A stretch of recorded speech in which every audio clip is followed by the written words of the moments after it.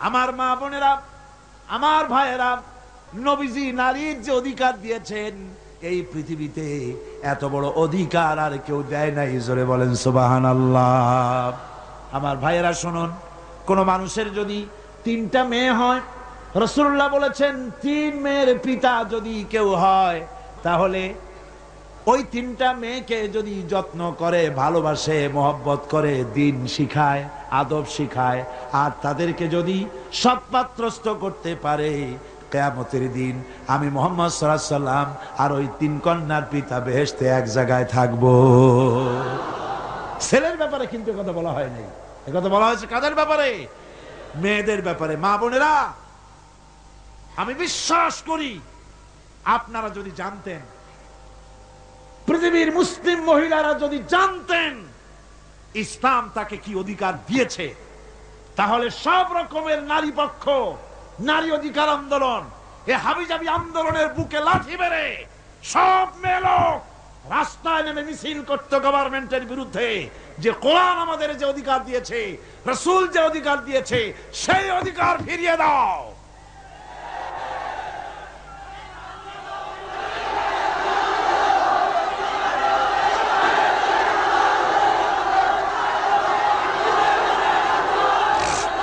আমার বন্ধুগণ, রাসূলুল্লাহ বলেছেন, ভালো করে শুনেন, রাসূলুল্লাহ বলেছেন মেয়েদেরকে গালি দিও না। অনেক লোক আছে মেয়েদেরকে গালি দেয়, কন্যাকে গালি দেয়। হুজুর বলেছেন মেয়েদের গালি দিও না, কারণ আমি মুহাম্মদ সাল্লাল্লাহু আলাইহি ওয়াসাল্লাম মেয়েদের পিতা, আমি মেয়েদের পিতা। সুবহানাল্লাহ, সুবহানাল্লাহ। ভাইরা, হুজুরের বেঁচে ছিল কারা, ছেলেরা না মেয়েরা? কোন আপনারা কারা বেঁচে ছিল? সব ছেলেরা মারা গেছিলেন, ঠিক না?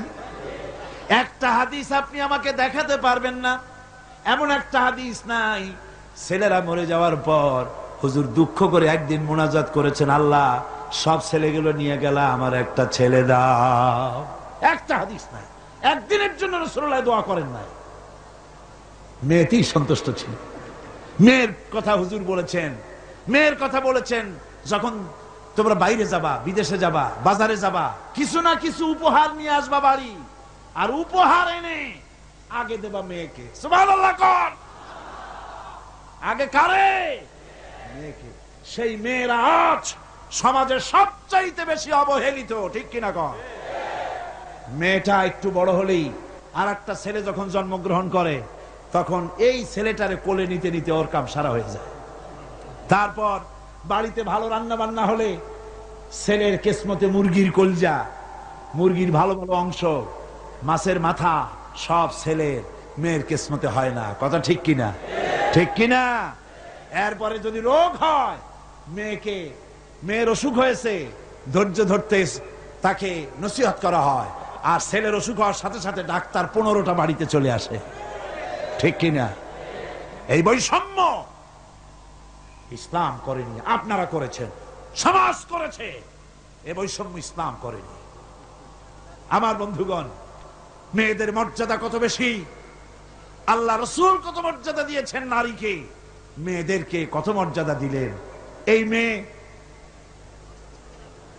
তার কিসমতে বাড়িতে এই অবস্থা হলো। তারপরে যখন বড় হলো, বিবাহ দেওয়ার সময় বাপে করল কি? বাপ বিবাহের সময় মেয়েকে একটা পালঙ্ক দিল, সোফা সেট দিল, কাপড় চোপড় দিল, সোনা দানা দিল, বাস বাসানির মতো একটা আসসালামু আলাইকুম দিয়ে দিল, যাও। জমির ভাগ দিল না, বাড়ির ভাগ দিল না, ব্যবসার ভাগ দিল না, জমি বাড়ি টাকা পয়সা সবকিছু ছেলেদের নামে লিখে দিল। মেয়েটাকে জনমের মতো ব্যবসার টাকা দিয়া, বাড়ি দিয়া বঞ্চিত করে দিল, ঠিক কিনা কর? ঠিক কিনা? এরপরে হাজী শাহ মক্কা শরীফ গেছে, মায়েরে ঠগাইছে, জন্মের ঠগাত। মক্কা শরীফ থেকে হজ করে আসা 15 হাত লম্বা জামা একটা গায়ে দিয়ে আসছে। এরপরে মক্কা শরীফের জায়নামাজের উপরে সেজদা দিয়া মুনাজাত করে কয়, আল্লাহ আমি যেন দোজখে না যাই, আমারে বেহেশত দিও। ফেরেশতারা কয়, পাজি তুই মর আগে জন্মের বেহেশত করে খাওয়াই দেব। মেয়েরে ঠকাইছিস, বোনেরে ঠকাইছিস, ফুপুকে ঠকাইছিস, বেশটা তো সোজা, তোর মামু বাড়ি। মেয়েকে ঠকানো যাবে না। ছেলের যে অধিকার আছে মেয়েরও সে অধিকার আছে। এই অধিকারের কথা কোরআনে বলা আছে নাই? চিল্লায় বলেন নাই? আছে।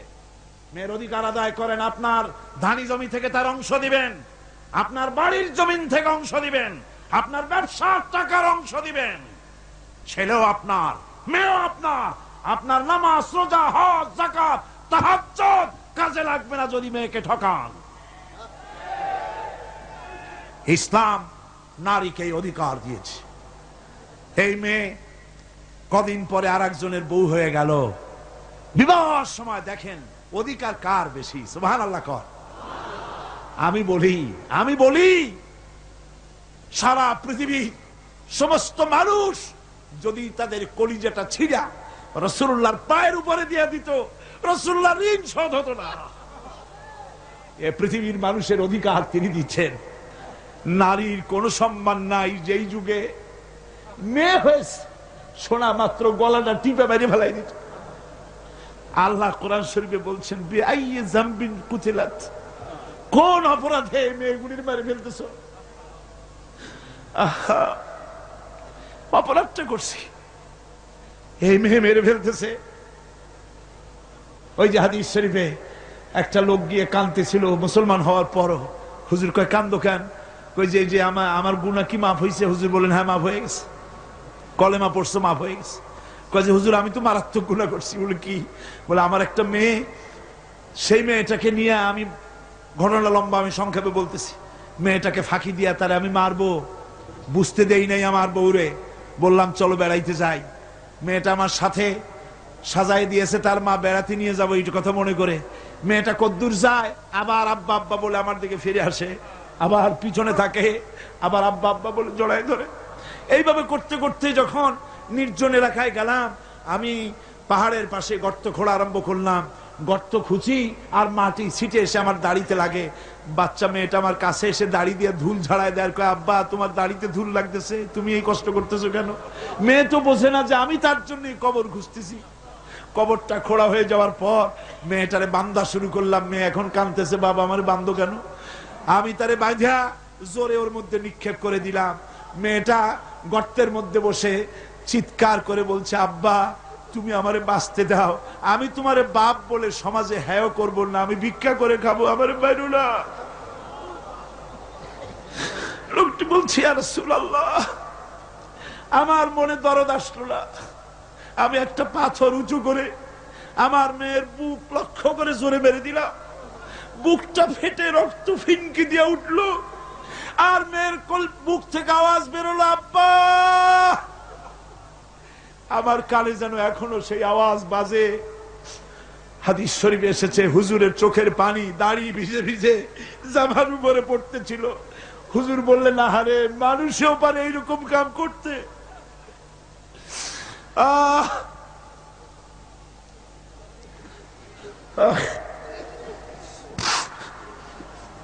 পৃথিবীতে নারীর যখন কোনো সম্মান ছিল না, মর্যাদা ছিল না, সেই সময় আমার রাসূল, আমার বিশ্বনবী নারীদেরকে সম্মানের হাত ধরে গর্তের ভিতর থেকে উঠাইয়া রানীর সিংহাসনে বসায় দিলেন। সুবহানাল্লাহ, মায়ের মর্যাদা দিয়ে দিলেন। সুবহানাল্লাহ। নারীরা আমাদের মায়ের জাত। নারীরা আমার কি এর জাত? মায়ের জাত। আমার মা বোনেরা, তোমাদের সম্মান কত তোমরা জানো না।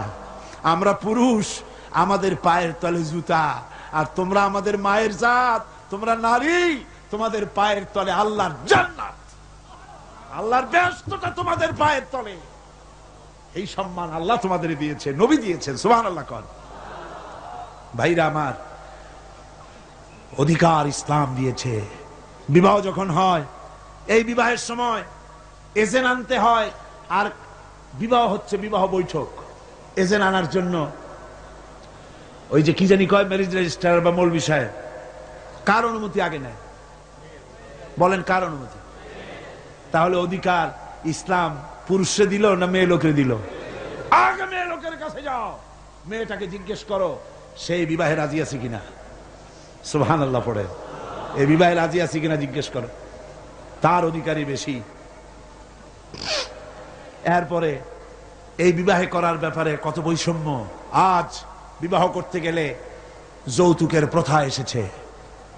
রাসূলুল্লাহ যৌতুক দিয়েছিলেন, ওটা যৌতুক না, ওটা উপহার, ওটা হাদিয়া। রাসূলুল্লাহ তোহফা দিয়েছিলেন হুজুরের জামাই। সুবহানাল্লাহ, কি জামাই! এক জামাই তো জিন্নুর আইন, যাকে ফেরেশতারা পর্যন্ত লজ্জা করতো যারে দেখে, হযরত উসমান রাদিয়াল্লাহু তাআলা আনহু। আরেকজন হযরত আলী কাররামাল্লাহু ওয়াজহাহু। হযরত আলী, যার সম্পর্কে রাসূল পাক সাল্লাল্লাহু আলাইহি ওয়াসাল্লাম যাকে কত সম্মান দিয়েছেন, কত মর্যাদা দিয়েছেন, এই হলো হযরত আলী হুজুরের জামাই।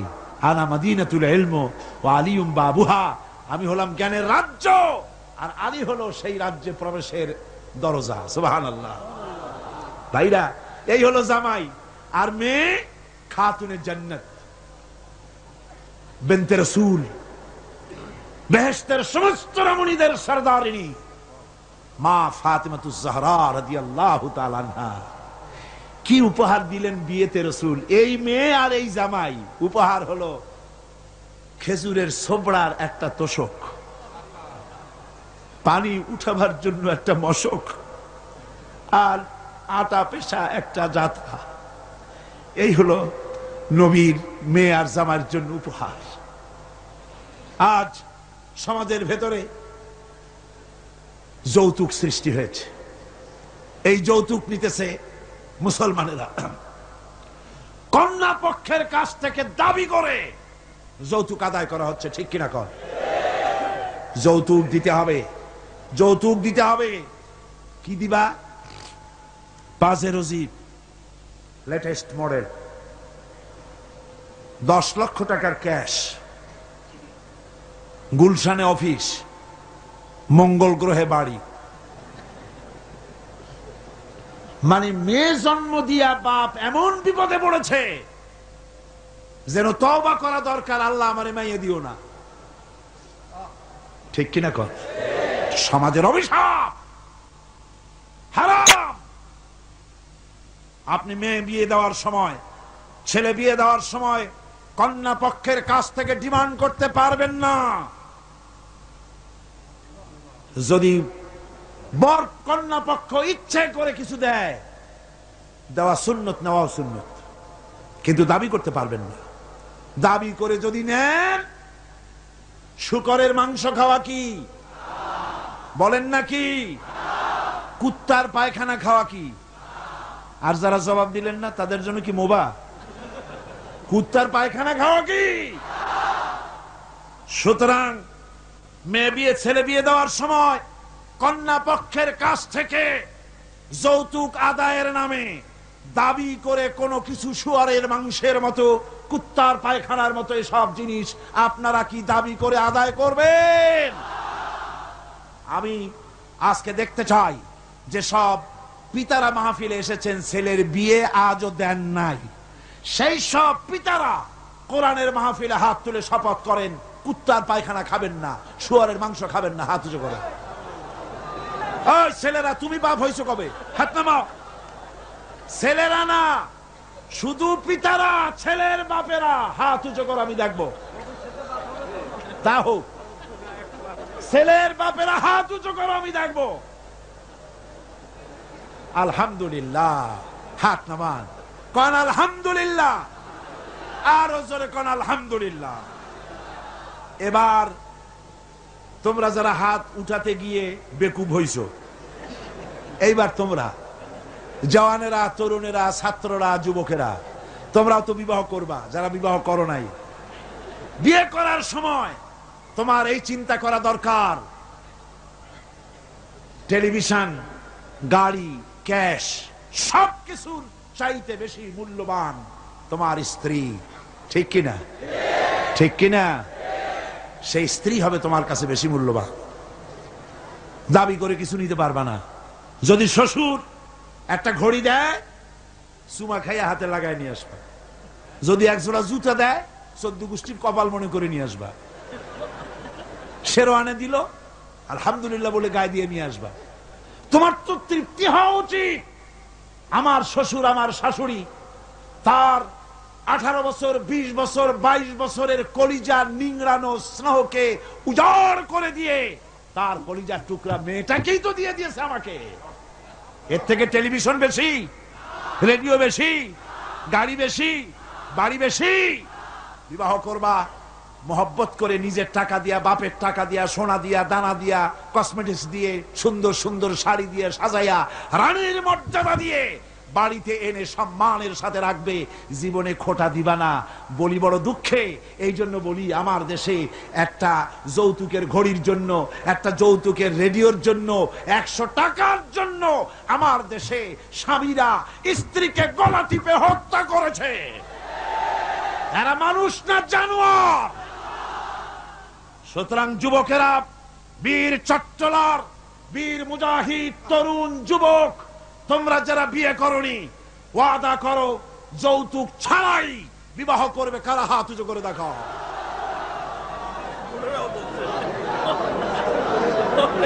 বুড়ারা হাত তুললে তো মনে হয় যেন আবার বিয়ে করতে চায়। বুড়ারা না, জওয়ানেরা। জওয়ান বসো বসো বসো বসো।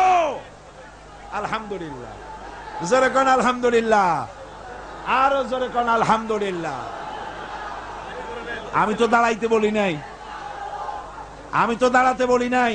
ভাইরা দাঁড়ালেন কেন? বলছি দোয়া কবুলের রাত, দোয়া করিয়া যান। বসেন, কেউ দাঁড়িয়ে থাকেন না, সবাই বসেন। আর জোরে সরে একটুখানি দরুদ শরীফ পড়েন। সালাতুনিয়া রাসূলুল্লাহ আলাইকুম সালামুনিয়া হাবিবাল্লাহ আলাইকুম। মোহব্বত দিয়া কোন সালাতুনিয়া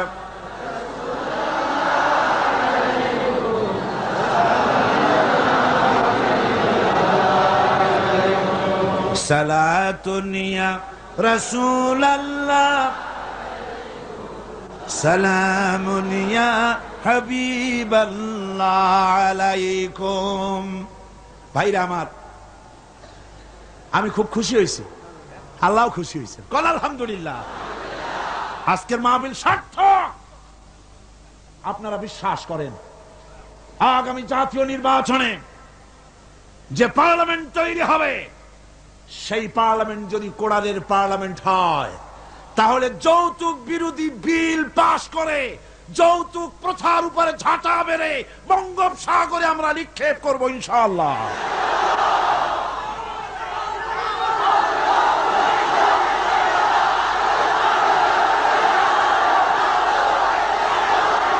আমার কাছে, আমাদের কাছে অনেক সময়, থামুন, আমাদের কাছে অনেক সময় রিকশাওয়ালা, ঠেলাওয়ালা, কুলি, মজুর এসে দোয়া চায়, হুজুর একটু দোয়া করেন। কি দোয়া? 4-5টা মেয়ে বিয়ে দিতে পারি না। কেন? আমার কাছে ঘড়ি চায়, টেলিভিশন চায়। দুঃখে লজ্জায় অস্থির হয়ে যায়। আহারে, লোকটা ঠেলা গাড়ি চালায়, রিক্সা চালায়, ওর কাছে চায় টেলিভিশন আর ঘড়ি। ওটা কি মানুষ? কুত্তার চাইতেও নিকৃষ্ট। এই যৌতুক প্রথা যদি বন্ধ হয়ে যায়, জেনা কমে যাবে, বিবাহ সহজ হয়ে যাবে। ঠিক কিনা গান? বিবাহ সহজ হয়ে যাবে। ভাইরা আমার, এরপরে বিবাহ হয়ে গেল, স্বামী স্ত্রীর ভিতরে মহব্বত হতে হবে। একটা জিনিস মাঝখানে আমি বলে নেই, সেটা হলো এই শাশুড়ি আর পুত্রবধূর ঝগড়া, সাপে নেউলে অবস্থা, একটা চিরন্তন অবস্থা। অবশ্য এগুলি চিত্রগঙ্গে নাই, আছে। শাশুড়ি মনে করে ছেলে যখন বিয়ে করলো, হায় রে হায়, এত কষ্ট করে ছেলেটারে মানুষ করলাম, পুরা ছেলেটারে দখল করে ফেললো বউ। আমি শাশুড়িরা যারা আসছেন আজকের মাহফিলে, শাশুড়িদের উদ্দেশ্যে বলি, নিজের মেয়ের হাজারো অপরাধ সহ্য হয়, পুত্রবধূর এক চুল পরিমাণ অপরাধ আপনার সহ্য হয় না। এটা ঠিক নয়। আপনি পুত্রবধূকে নিজের মেয়ের মতো দেখুন, আর পুত্রবধূরা তারাও নিজের শাশুড়িকে মায়ের মতো দেখুন। আর মনে মনে ভাবুন, চিরকাল আপনি পুত্রবধূ থাকবেন না, আপনিও শাশুড়ি হবেন।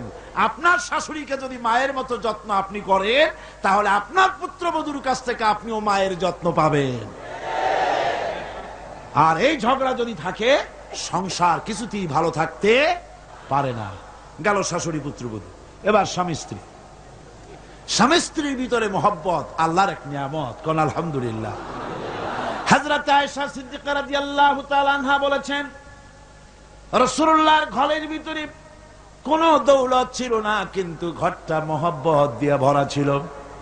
আমি গ্লাসে পানি পান করে গ্লাসটা যখন রেখে দিতাম, যেখানে আমি ঠোঁট লাগাইয়া পান করতাম, আমার নবী গ্লাসের সেই জায়গায় পা মুখ লাগাইয়া পানি পান করতেন। আমার দেশে বহুত স্বামী আছে, স্ত্রী বিয়ে করছে তো মনে করে যে আমি তো নওয়াবজাদা নসরুল্লাহ খান, আর বউ সারাদিন তুমি কাজ করবে। কেন সারাদিন বউ কাজ করবে? আপনি একটু কাপড়টা ধুইতে পারেন না? আপনি একটু তার থালাবালিটা ধোয়ার ব্যাপারে একটু সাহায্য করতে পারেন না? আপনি একটু তরকারি কোটার ব্যাপারে যেটা আপনি পারেন একটু সাহায্য করতে পারেন না? ঘরটা একটু আপনি গুছাইতে পারেন না? আপনি কোন বড় লাটের বড় লাট? এবার শুনুন রাসূলুল্লাহর আচরণ।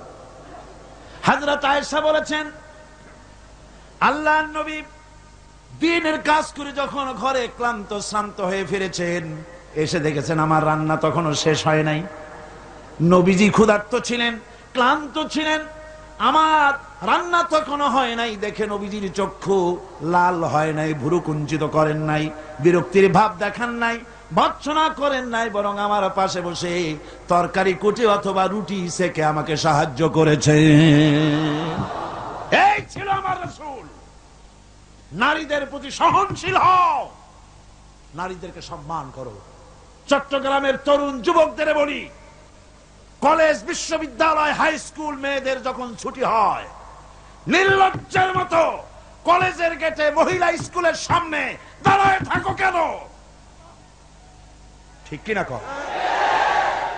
তোমাদের জ্বালায় মেয়েরা নিরাপদে হাঁটতে পারে না। তুমি মেয়ের লোককে যখন দেখো, পরের একটা মেয়ে, তুমি ভাবতে পারো না এটা আমার মা, এটা আমার বোন? এইরকম চোখে দেখো। নারীকে সম্মান করো। মহিলা স্কুল মহিলা কলেজের সামনে ভিড় করো না, তাদের সহজে যাতায়াত করতে দাও। এটাই ইসলাম বলে। বউকে সাহায্য করো, স্ত্রীকে সম্মান করো, মর্যাদা দাও, সমান অধিকার। তবে এক জায়গায় স্বামীর অধিকার একটু বেশি। সেটা কোথায়? তিরমিজি শরীফের হাদিসে এসেছে, একবার আল্লাহর নবী এক পাহাড়িয়া এলাকা থেকে যাচ্ছিলেন, জঙ্গলের এক উট এসে নবীজির পায়ের উপরে সেজদায় পড়ে গেল, পায়ের উপরে চুমো খেলো।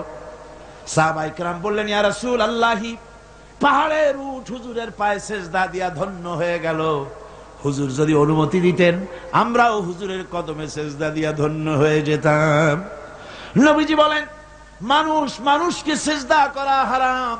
আমি যদি মানুষকে সেজদা করার জন্য যদি পারমিশন দিতাম, তাহলে দুনিয়ার সমস্ত স্ত্রীদেরকে বলতাম তারা যেন তার স্বামীরে সেজদা দেয়। স্বামীর মর্যাদা এখানে বেশি। রাসূলুল্লাহ আরো বলেছেন, কোন স্ত্রীর মউত হয় যদি এমন অবস্থায় যে তার স্বামী তার প্রতি খুশি ছিলেন, আল্লাহ রাসূল বলেছেন মেয়ে লোকটি সোজা আল্লাহর জান্নাতে চলে যাবে। স্বামীর মর্যাদা এখানে বেশি। স্বামীকে লক্ষ্য রাখতে হবে, উভয়ের অধিকারের প্রতি যত্নশীল হতে হবে। এরপরে যখন সে মা হয়ে গেল, আমার বন্ধুগণ, নারী যখন মা হয়ে গেল, মর্যাদা তখন তার এত বেড়ে গেল। রাসূলের কাছে প্রশ্ন হলো, হুজুর খেদমত করব কার? হুজুর বলেন, তোমার মায়ের, তারপরে কার? তোমার মায়ের, তারপরে কার? তোমার মায়ের, তারপরে কার? তোমার পিতার। পিতার চাইতে মায়ের মর্যাদা কয় গুণ হলো? 3 গুণ হয়ে গেল। রাসূলুল্লাহ 3 গুণ বাড়ায় দিলেন। সুতরাং আমি বলি আপনাদেরকে, মা আপনার বড় পীর, বাপ আপনার বড় পীর, কোনোদিন ভুলে যাবেন না। কথাটা বারবার বলি আমি, যত জায়গায় মাহফিলে যাই।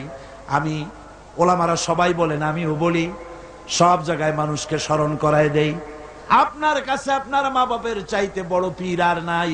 কারণ পীর সাহেবের দোয়া যতই আপনি ওলিয়ে কামেল বলেন, যতই হুজুর কেবলা বলেন, তার দোয়া কবুল আপনার জন্য হতেও পারে, নাও হতে পারে, 50-50 কথা ঠিক কিনা কন? কিন্তু রাসূলুল্লাহ গ্যারান্টি দিয়েছেন 3 জনের দোয়া অবশ্যই কবুল হয়ে যাবে। তার ভিতরে একজন হলো মাজলুম, যদি দোয়া করে কবুল হবে। একজন হলো মুসাফির, দোয়া কবুল হবে। আর একজন হলো মা বাপ, যদি দোয়া করে আল্লাহর দরবারে আল্লাহ রাব্বুল আলামিন অবশ্যই দোয়া মঞ্জুর করে নেবেন। মা বাপের কাছে দোয়া চাও। ভাইরা মনে কিছু করবেন না, আপনি আপনার হুজুর কেবলারে দাওয়াত করিয়া বিরিয়ানি খাওয়াবেন, খুশি করতে পারবেন না, যেহেতু এর আগে উনি আর এক জায়গা দিয়া 4-5 পদের বিরিয়ানি খাইয়ে আসছে। আপনি হুজুরে 5,000 টাকা দিয়ে খুশি করতে পারবেন না, যেহেতু হুজুর আর এক বড় লোকের কাছ থেকে 50,000 টাকা হাদিয়া পাইছে। আপনি একটা শাল দিয়া হুজুরকে খুশি করতে পারবেন না, যেহেতু অনেক দামি শাল হুজুরকে আর একজনে হাদিয়া দিয়েছে, ঠিক কিনা? কিন্তু আপনি যদি আপনার মাকে এই বেদানার দিনে বাজারে বাজারে পথে ঘাটে বেদানা পাওয়া যায়, আঙ্গুর পাওয়া যায়, ভালো ভালো ফল পাওয়া যায়, এগুলো কিনে নিয়ে মায়ের কাছে বসে বেদানা খুঁড়ে, মা কথা বলতে পারে না, বুড়ি হয়ে গেছে, মায়ের কাছে বসে মায়ের মুখে যদি তুলে দেন, আল্লাহর আরশ খুশি হয়ে যাবে, দোয়া মঞ্জুর হয়ে যাবে। হযরত বাইজিদ বুস্তামি ওই ঘটনা কে না জানে, রাতের আধারে পানির জন্য চাইলেন, ছেলে পানি পাইল না, ছোট্ট মানুষ, পানি আনতে কোথায় চলে গেল, এসে দেখে মা ঘুমানো, পানি নিয়ে দাঁড়ানো। রাত চলে গেছে, ফজরের পর দেখে ছেলে কাঁপে, হাতে পানি। বাবা তুমি কাঁপো কেন? গ্লাস নিয়ে বলল, মা গভীর রাত্রে পানি চেয়েছিলেন, দিতে পারি নাই, বহু দূর থেকে পানি এনে দেখি ঘুমায় গেছো। তা তুমি ঘুমাও নাই কেন?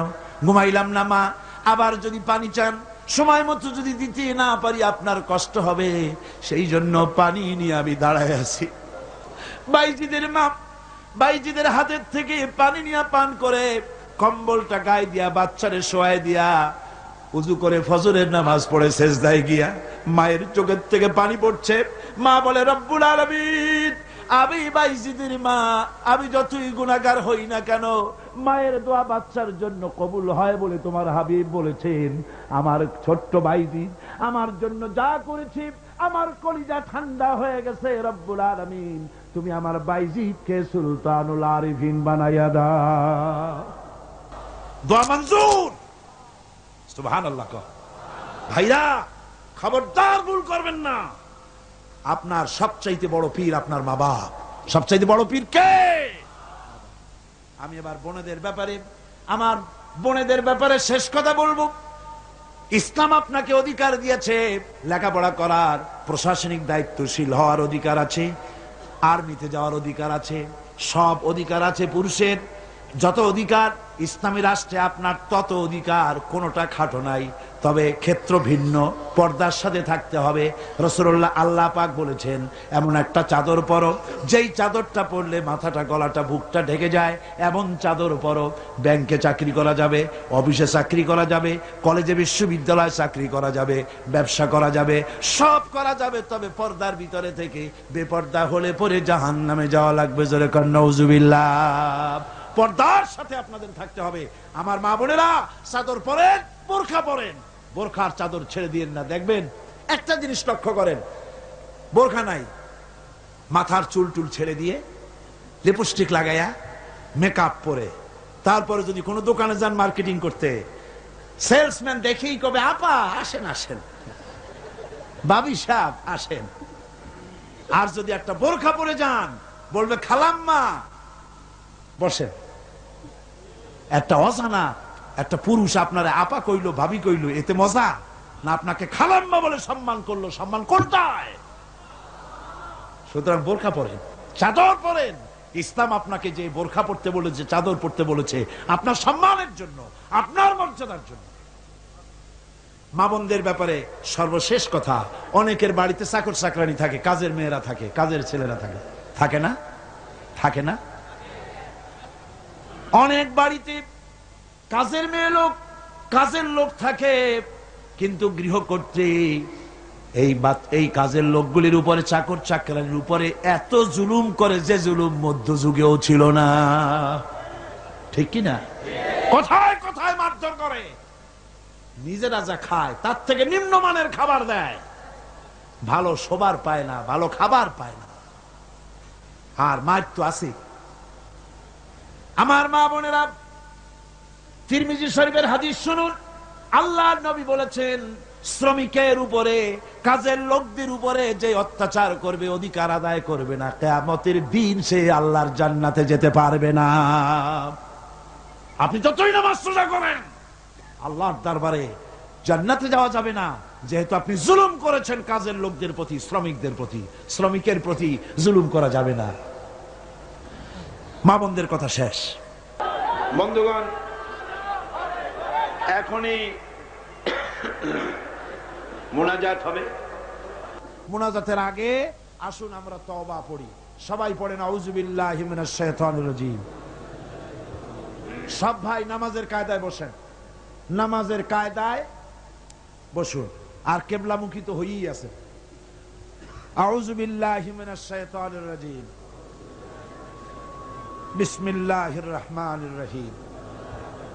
আস্তাগফিরুল্লাহ, আস্তাগফিরুল্লাহ, আস্তাগফিরুল্লাহ রাব্বি মিন কুল্লি যামবি ওয়া আতুবু ইলাইহি লা হাওলা ওয়ালা কুওয়াতা ইল্লা বিল্লাহিল আলিয়্যিল আযীম। আয় আল্লাহ তাআলা, আমি আর জীবনে কখনো শরীয়তের ওজর ছাড়া ফরজ নামাজ, ফরজ রোজা ছেড়ে দেব না। সবাই বলেন ইয়া আল্লাহ। এই মুহূর্ত থেকে মদ, জুয়া, মিথ্যা, সুদ, ঘুষ, জেনা, অশ্লীলতা, পাপাচার, মিথ্যা, অহংকার, সব রকমের কাবায়ের থেকে তোমার কাছে তওবা করতেছি। তওবা ইয়া রব্বি, তওবা ইয়া রব্বি, তওবা ইয়া আল্লাহ, তওবা ইয়া আল্লাহ, তওবা ইয়া আল্লাহ। লা ইলাহা ইল্লাল্লাহু মুহাম্মাদুর রাসূলুল্লাহ। আশহাদু আল লা ইলাহা ইল্লাল্লাহু ওয়াহদাহু লা শারীকা লাহু ওয়া আশহাদু আন্না মুহাম্মাদান আবদুহু ওয়া রাসূলুহু। আল্লাহুম্মা আমিন। রব্বানা যালামনা আনফুসানা ওয়া ইন লাম তাগফির লানা ওয়া তারহামনা লানাকুনান্না মিনাল খাসিরিন।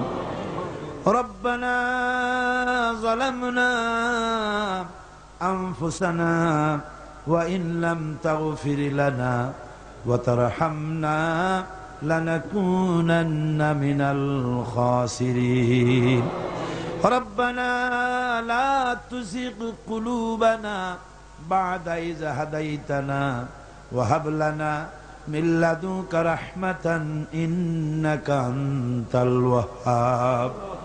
রব্বুল আলামিন 5 দিন ব্যাপী কোরআন শরীফের তাফসীরের মাহফিলের আজকের এই শেষ দিনে গভীর রজনীতে কোরআনে কারীম সামনে নিয়া লক্ষ লক্ষ পুরুষ আর নারী একত্রিত হয়ে গুনার বোঝা মাথায় নিয়ে তোমার দরবারে হাত উঠাইছি। রব্বুল আলামিন, এই 5 দিনে আলোচনা করতে গিয়ে আমি মানুষ, বলার মধ্যে যদি কোনো ভুল করে থাকি আমি বিনীতভাবে তোমার কাছে মাপ চাই। আয় আল্লাহ, তোমার বান্দাদের দিল থেকে, স্মৃতি থেকে সে ভুল কথাগুলি মিটাইয়া দাও। আর হক কথা যা বলেছি আল্লাহ, তেলাওয়াত হয়েছে, দরুদ ও সালাম হয়েছে, আলোচনা হয়েছে, জিকির আজগার হয়েছে, সওয়াবটুকুন জনাবে মুহাম্মদুর রাসূলুল্লাহ সাল্লাল্লাহু আলাইহি ওয়াসাল্লামের রূহ মুবারকে পৌঁছায়া দাও। রব্বুল আলামিন, আদম আলাইহিস সালাম থেকে নিয়ে আজ পর্যন্ত পৃথিবীর মাটির নিচে যত মুমিন মুমিনাত শুয়ে আছে আল্লাহ সকলকে তুমি মাফ করে দাও। রব্বুল আলামিন, এই মুহূর্তে মনে পড়ে গেল আমাদের বাপজানের কথা, আম্মাজানের কথা মনে পড়ে গেল। রব্বুল আলামিন, আমরা আমাদের জনম দুঃখিনী মা যাদের হারায়া গেছে আল্লাহ, একটা অক্ষর মা আর সারা দুনিয়ার মধু এই একটা অক্ষরের ভিতরে। ওই মা যার বিদায় হয়ে গেছে আল্লাহ, কবরটারে বেহেশতের বাগান বানাইয়া দাও। মায়ের বুকে চড়ে মায়ের দুধগুলো চুচে চুচে খেয়ে মাকে কষ্ট দিয়েছে। পৌষ মাসে মাঘ মাসে প্রস্রাব করে দিয়েছি, ভিজা জায়গায় মা নিজে শুয়ে কলিজার টুকরা সন্তানটাকে বুকের উপরে নিয়ে সারাটা রাত কাটাইয়া দিয়েছে। নিজে না খায়া ছেলের মুখে খাবার দিয়েছে। কান্না শুনলে পরে হাজারো কাজ ফালাইয়া রাখা বাচ্চাকে কোলে নিয়ে শত চুমা দিয়া কান্না মুখে হাসি ফুটাইল যে মা। আল্লাহ, ওই মা যার বিদায় হয়ে গেছে আল্লাহ, কবরটারে বেহেশত বানাইয়া দাও। এবার সকলে আকাশের দিকে দুটি হাত উঁচু করে দেন, আল্লাহরে ডাকেন, আল্লাহরে ডাকেন, কান্দেন বাইরা কান্দেন। আর কানবেন কবে? আজই তো কান্দার দিন। দুটি হাত আকাশের দিকে তুলে বলেন, ইয়া আল্লাহ, আমাদের স্ত্রীদেরকে হেদায়েত করে দাও, তাদের পর্দানশীনা বানাও, তাদেরকে মুত্তাকি বানাও। আল্লাহ, তাদের উপরে রহমত করো, তাদের রোগ ব্যাধি ভালো করো। আল্লাহ, আমাদের ছেলে মেয়ে যা দান করেছো সবগুলিকে দিনদার বানাও, নামাজি বানাও। আমাদের ছেলে মেয়েগুলিকে নামাজি বানাও, নামাজি বানাও। আমাদের ছেলে মেয়ের নামাজ দেখা, তাদের দিনদারি দেখা আমাদের চক্ষু যেন ঠান্ডা হয়। আল্লাহ, এইরকম ছেলে তোমার কাছে চাই। আল্লাহ, আল্লাহ, আজকের দোয়া ফিরাইয়া দিও না বাবু। আমরা এই বিশ্বাস নিয়ে হাত নামাচ্ছি, যা বলছি সব তুমি কবুল করেছো। রব্বানা তাকাব্বাল মিন্না ইন্নাকা আনতাস সামিউল আলিম ওয়া তুব আলাইনা ইন্নাকা আনতাত তাওয়াবুর রহিম। সুবহানা রাব্বিকা রাব্বিল ইজ্জাতি আম্মা ইয়াসিফুন ওয়া সালামুন আলাল মুরসালিন আলহামদুলিল্লাহি রাব্বিল আলামিন। ওয়াজআল আখিরা কালিমাতিনা ইনদাল মাউত লা ইলাহা ইল্লাল্লাহু মুহাম্মাদুর রাসূলুল্লাহ।